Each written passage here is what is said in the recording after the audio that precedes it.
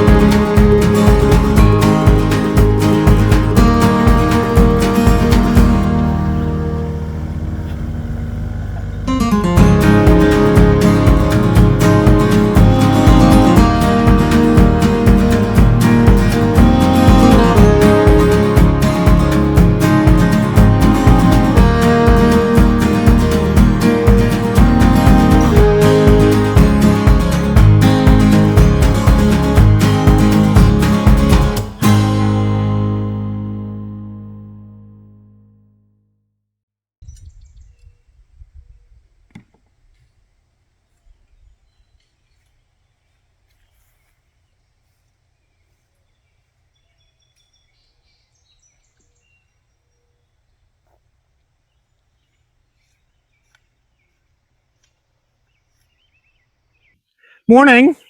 Morning. No plant stuff today. No. Don't think so, is there? Ah, sweet peas. Sweet peas. Okay. Finished digging at last. I've been dying to get it finished. So all the beds have been dug, and yeah, it was certainly found a whole bunch of different stuff. So we got really, really stony beds, as you can see, and I mean really stony. Yeah. Most of the beds, if not all of these beds that we're going to show you, they've all been dug to probably about 10 inches deep, if not a little bit deeper in places. Some of them, there's one spot in particular, there's a bit of bedrock there and I could only get down about 8 inches. So I know where those spots are now. So when we come to plant, we'll plant accordingly. And you must do that all the time in your garden. Don't think that every single spot of your garden is going to be exactly the same soil-wise. It's going to vary. We've got a huge variation here. We have a variation from a rock garden here to a quarry over in one of the other beds, and yet in a couple of spots, I got almost pure sand. And that's all within, what are we, within about half an acre here. So it does vary, so bear that in mind. So the in-ground pool is dug.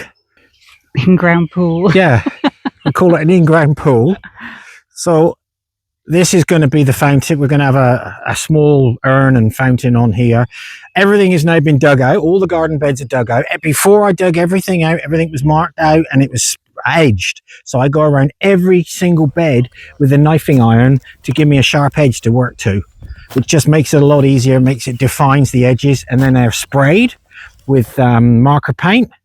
And the marker paint actually will kill off the grass as well, believe it or not, where you spray it. So that's what you can still see some of the marker paint in places. So we have a couple of what will be perennial beds here with some apple trees and step over apples in them. So we have the stream in front of Julie now, which is going to be fed from the central in-ground pool. And then it's going to go down through to the stream. Stream is going to be lined with butyl liner. One piece, I'm hoping, all the way down through.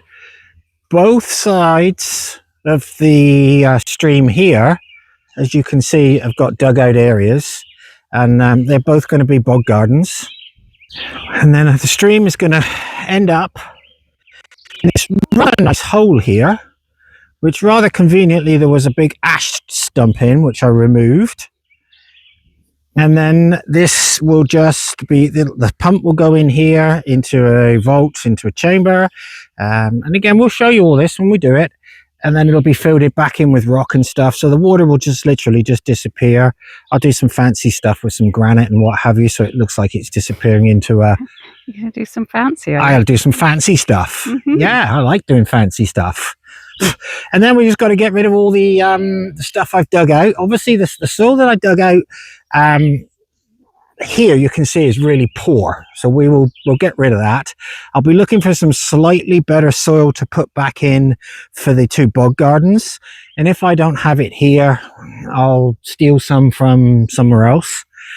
And then they'll get filled back up with some half decent soil. This birch is diseased. So this one's actually coming out. It's been diseased since we had it. So this one's coming out. We're going to replace it. And I'm not going to put it back in here, but we are going to put a bridge across here. So there'll be a granite bridge going across. So you'll walk down the far side, come across, and then you'll be able to walk through the grass beds. So we are going to put in a couple. I'm going to make some arbors. We had arbors at our previous, in our previous garden. So we're going to have 2 or 3. So there's going to be one arbor is going to go right here. And we're going to make it out of cedar rail, like we did. No, I'm not sure yet what we're going to do. Whether I can get enough cedar rail, I don't know yet. We'll have to wait and see on that. But there'll be one here, wide enough. And all the paths, just as another note, all the paths, the grass areas that you see are all wide enough now for me to get the mower through. Hopefully. And the other thing is when I've learned this, is even if you're planting something that spreads, keep it back in from the edge of the border, because otherwise it always ends up on the grass and you end up cutting it with the mower.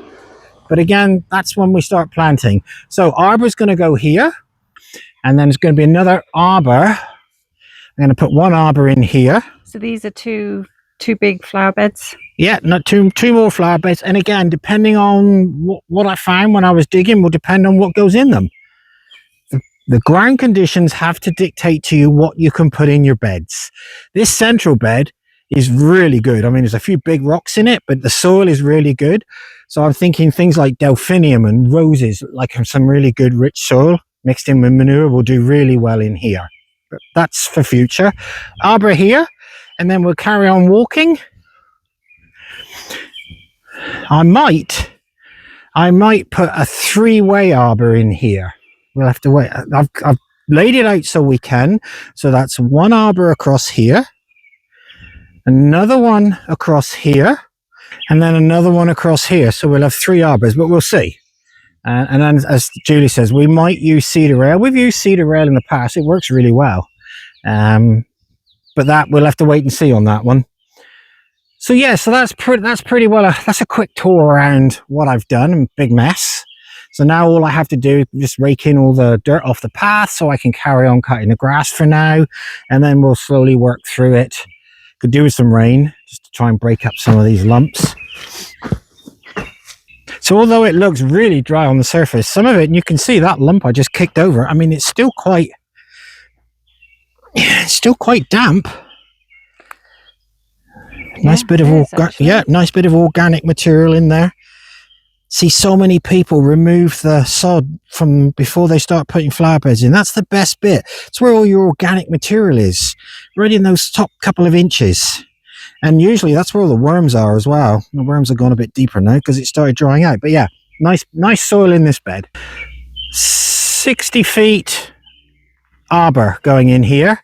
Yeah, this was a little bit of a challenge trying to dig it out because there are quite a few bigger rocks in, and you've got to be. I didn't want to rip out the nice lines I've made. So the arbor will go in here. You can see the pond in the distance. I think just about, can't you, Julie? Yes? Kinda? Do you want me to go and jump in it? I can go jump in it if you want. Go for it. I go for it. I'm not going to run. I'll walk. So we have the arbor. Arbor will be right the way up through. It's about 7 feet high.